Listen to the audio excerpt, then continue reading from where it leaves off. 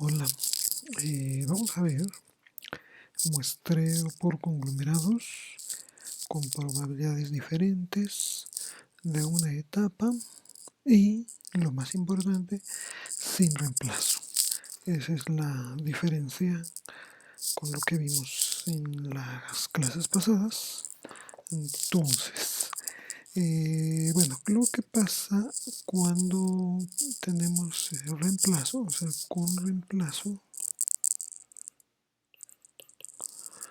el muestreo es menos eficiente.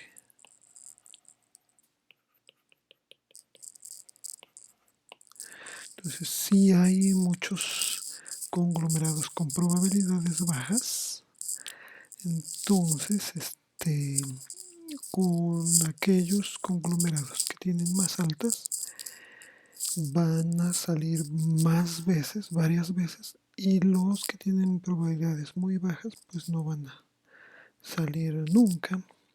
Entonces, al hacer sin reemplazo el muestreo, las probabilidades de los que tienen probabilidad muy baja van a ir aumentando y van a tener más oportunidad. Pero el problema, ¿no? Es que con reemplazo, no, sin reemplazo, las probabilidades cambian cada que se hace una selección.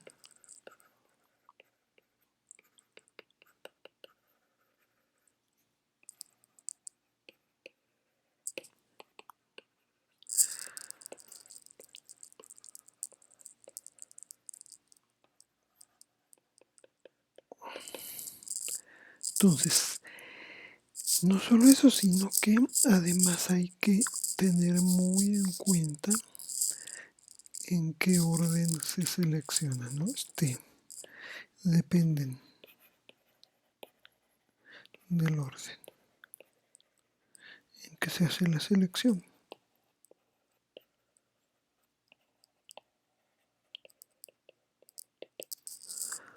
Entonces, vamos a decir que se tienen dos conglomerados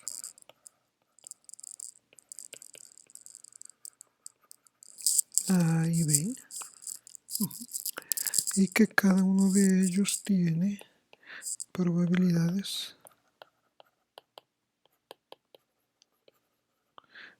psi A y psi B de salir seleccionados a la primera.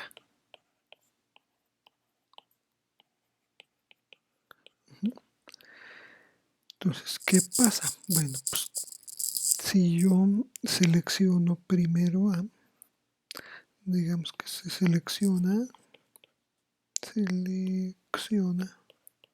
A con cierta probabilidad psi A. Entonces, la probabilidad de seleccionar a B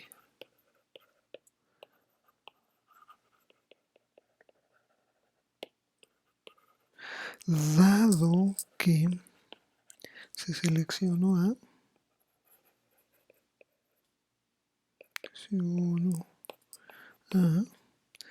pues acuérdense, probabilidad condicional es la probabilidad de B, dado que se seleccionó A, es la probabilidad de B entre 1 menos la probabilidad de A.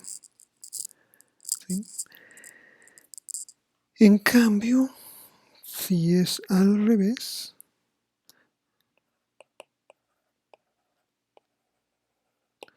¿qué sería? Bueno, la probabilidad de seleccionar a A, dado que se seleccionó a B, pues va a ser psi de A entre 1 menos psi de B. ¿Sí? Esto es de la probabilidad condicional, acuérdense de probabilidad condicional. Y esto, pues claramente es diferente, porque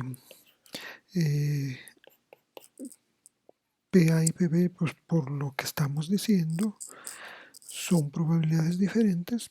Psi A y Psi B son diferentes, y luego 1 menos Psi A, 1 menos Psi B, obviamente también son diferentes. Entonces esto va a cambiar, y luego pues aquí es para 2 únicamente. Si metiéramos 3, 4, etcétera, esto sería diferente. Voy a hacer así muy brevemente un ejemplito que, bueno, nos va a servir para darnos cuenta de cómo va esto.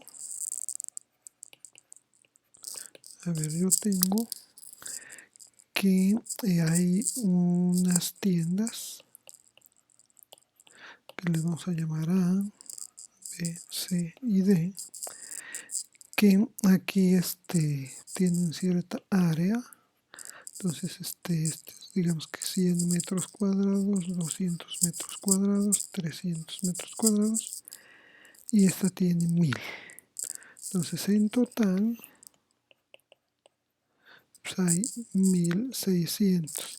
Si la probabilidad de elegir a cada una de estas tiendas es proporcional al área, pues su probabilidad es un 16avo, 2 16avos, 3 16avos y 10 16avos. No simplifico, nada más para que se pueda comparar fácilmente, bueno, y sumar fácilmente también. Pues esto es 10, 13, 15, 16 16avos, o sea, 1.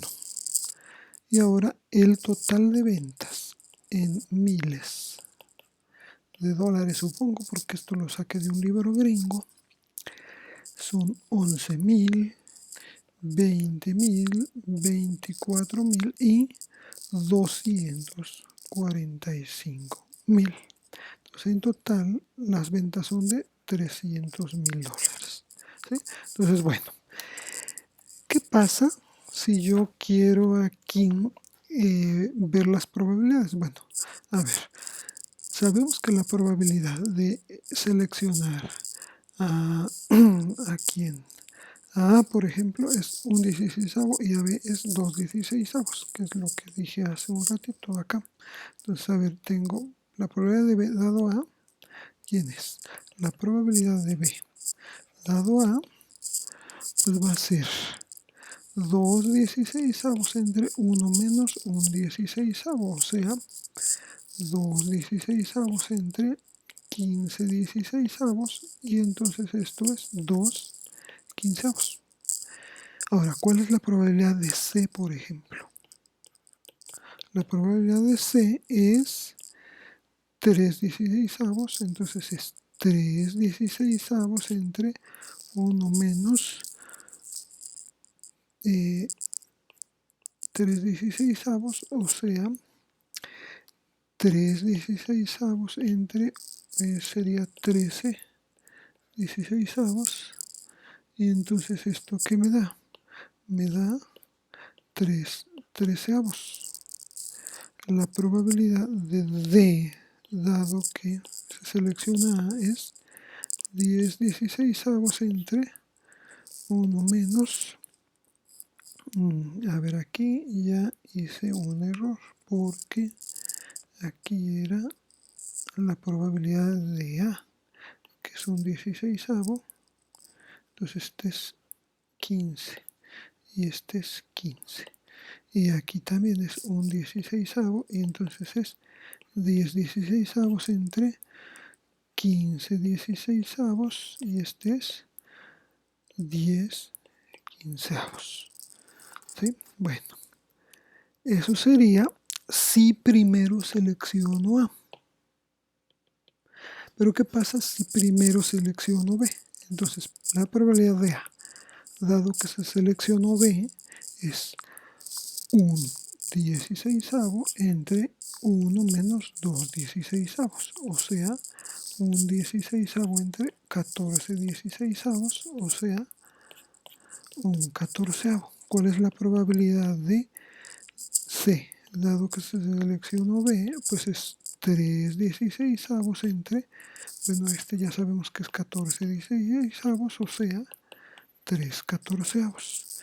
Y luego la probabilidad de D, dado que selecciono B, es 10/16 entre 14/16, o sea, 10/14. Entonces, ahí está, ¿no? Tengo 2/15 en un caso, en otro tengo 1/14. Luego acá es 3.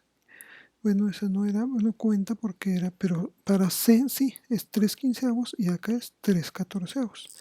Para D es 10/15, acá es 10/14. Entonces acá son más altas esas probabilidades.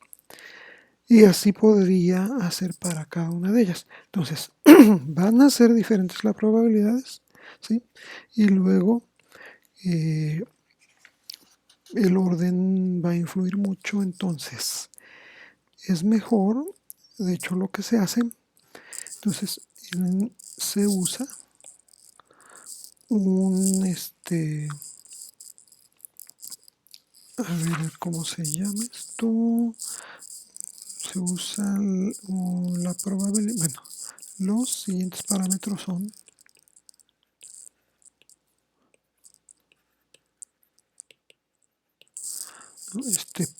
entonces se usa PI, que esto que es pi, pi es P, la probabilidad de que la unidad y esté en la muestra,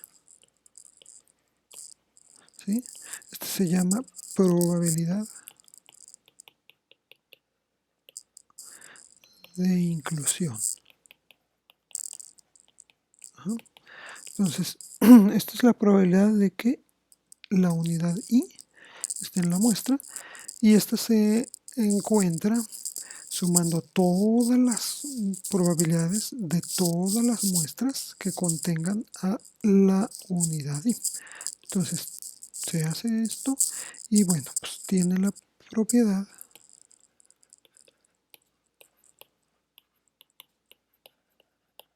de que la suma de I igual a 1 a n de pi i tiene que ser n minúscula, ¿sí?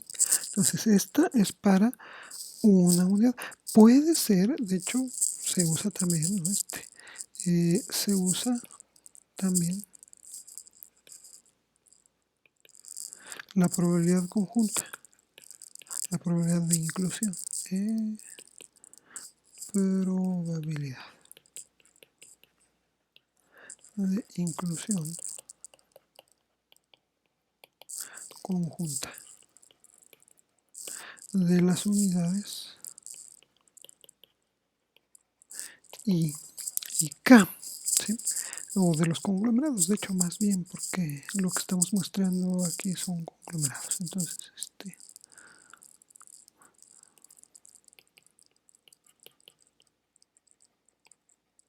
entonces, esta se le denomina P y K, ¿sí? Que esta es la probabilidad de que los conglomerados I y K ambos están en la muestra. Y esto, pues bueno, igual se hace la suma de todas las probabilidades de todas las muestras que contengan I y acá, ambas, y tiene la propiedad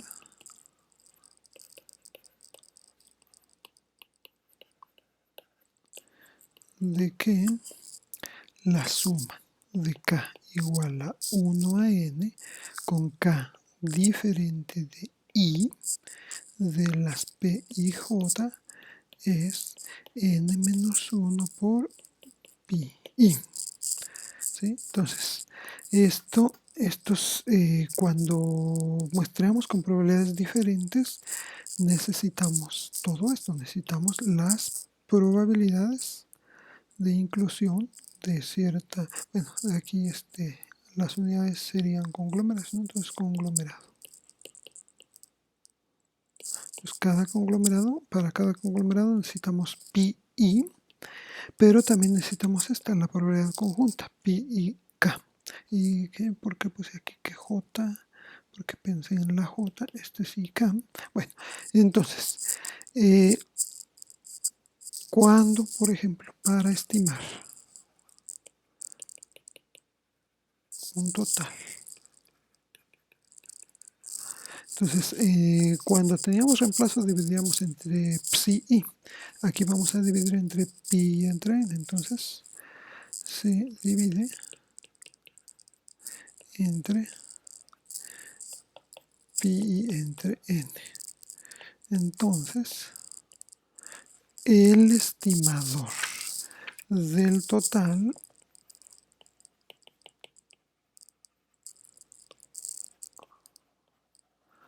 es, bueno, aquí le voy a poner estas iniciales HT porque este es el nombre de, bueno, los apellidos pues de quienes lo propusieron, ¿sí? Este H T quiere decir Horowitz Thompson. ¿Sí? Entonces esto así se pone o se pone así, igual a 1 a n de zi por ti entre pi. Bueno, aquí este zi se usa para poder sumar desde 1 hasta n mayúscula, pero bueno, pues zi vale 0 o 1. 1 vale si el conglomerado I está en la muestra.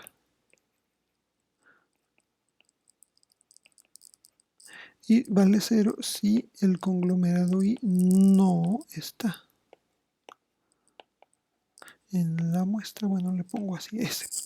Y esto lo que quiere decir, ¿no? Que para todo conglomerado que esté en S, en la muestra es S, es que en inglés es sample, entonces es S. Bueno, entonces si está en la muestra, pues esos los sumamos. Los que no están, pues ni siquiera los tomamos en cuenta y ya, ¿no? Entonces este es el estimador de Horowitz-Thompson. Y entonces el estimador de Horowitz-Thompson nos da un total y tiene cierta varianza. Ahora, para la varianza, y esto es importante, hay dos estimadores. Dos estimadores. Entonces, por un lado, tengo el estimador de Horowitz-Thompson.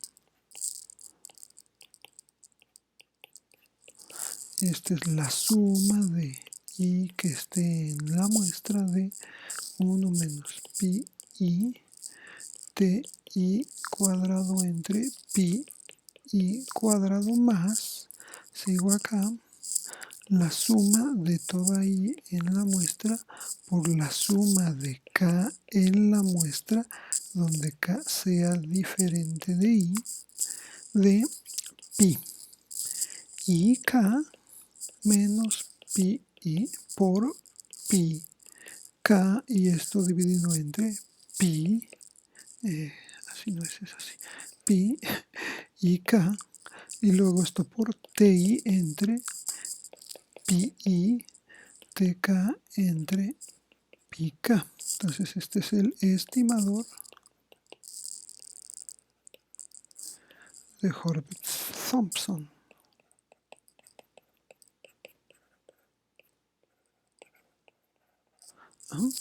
Bueno, y luego tenemos el otro que es así, y entonces le voy a poner esto.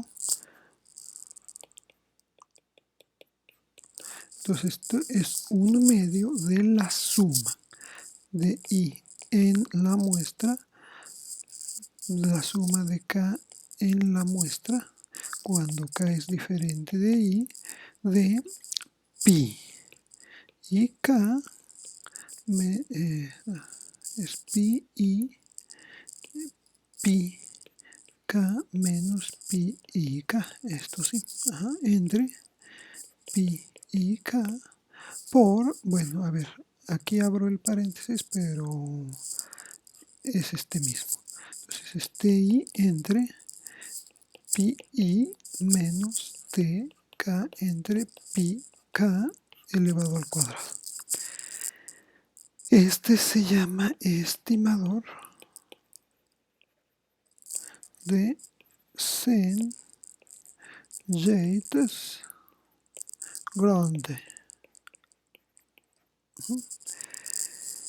Este se dice que es más estable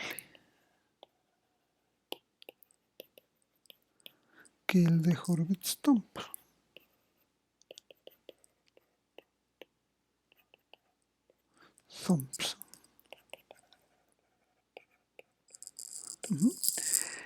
Pero bueno, ambos tienen un problema que vamos a ver más adelante. Y entonces, como a veces hay problema con estos, hay problemas con los dos estimadores. Frecuentemente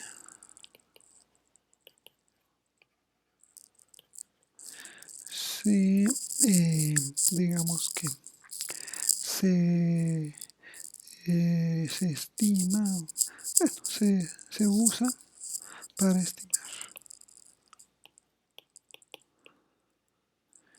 el mismo estimador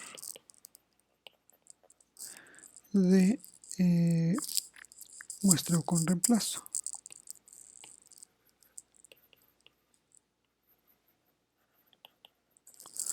El muestreo con reemplazo, acuérdense, bueno, lo voy a poner así, reemplazo es 1 entre n por 1 entre n menos 1 por la suma de i que esté en la muestra de ti entre psi i menos tht, este es el total estimado elevado al cuadrado. Esto a veces también se escribe como n entre n menos 1, la suma de i en la muestra, de ti entre pi menos tht entre n. Este es más fácil porque este ya lo conocemos directamente y el otro pues hay que irlo calculando, ¿sí? Y estos lo que pasa es que aquí es más fácil y no se presentan algunos de los problemas que tenemos en los otros dos estimadores. Entonces, bueno, aquí vamos a dejarle por el momento. En la próxima clase voy a hacer un ejemplo numérico para que se vea cómo funcionan estos estimadores. Gracias por su atención.